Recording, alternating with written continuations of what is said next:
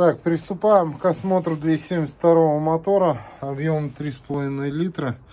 Маркировка 272 961. Состояние свечей зажигания. Состояние подзаливной горловиной.